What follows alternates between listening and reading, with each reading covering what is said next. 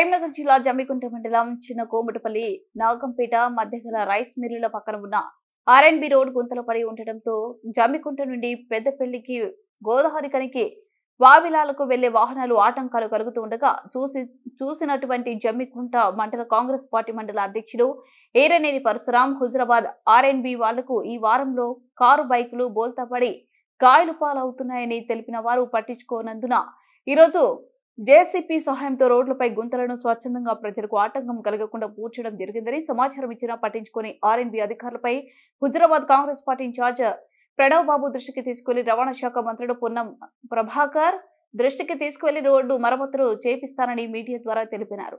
ఈ కార్యక్రమంలో స్థానిక ప్రజలు మరియు ప్రయాణికులు పాల్గొన్నారు. ఈ గుంత ఏర్పడకుండా అంటే ఆ కోమటిపల్లి స్టేజీ దాటుతోనే డౌన్ ఉంటుంది. ఇది అట్నుంచి వచ్చేవాడికి ఇట్నుంచి వచ్చేవాడికి ఆడ గుంత ముఖాల్లో గుంత అవడం జరిగింది. దీన్ని ఇంతకుముందు నేను 2-3 సార్లు ఈ ఆర్ఎంబి డిఈ కానీ ఏఈ కానీ నేను చెప్పడం జరిగింది, ఇది ప్రమాదకరంగా ఉన్నదని. దీంట్లో ఇప్పటి వరకు నిన్న జరిగినటువంటి కారు యాక్సిడెంట్ దాంతో 3 కార్లు పడ్డాయి, 2 బైకుల మీద పడ్డారు, వాళ్ళ జబ్బలు చేలు కూడా ఇరగడం జరిగింది. అయినా వాళ్ళు స్పందించడం లేదు.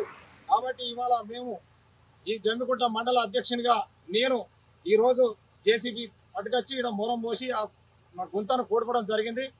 ఇది మా యొక్క హుజరాబాద్ నియోజకవర్గ ఇన్ఛార్జి గారి ఉడతల ప్రణవ్ బాబు గారికి మరియు మా యొక్క మంత్రివర్యులు రవాణా శాఖ మంత్రివర్యులు పొన్నం ప్రభాకరణ గారి దృష్టికి తప్పకుండా తీసుకుపోయి దీన్ని వెంటనే రోడ్డు ఇక్కడ నుంచి అక్కడి వరకు మరమ్మతులు చేయాలని ఆయనకు తప్పకుండా వినతి పత్రం ఇస్తానని హామీ ఇస్తున్నారు.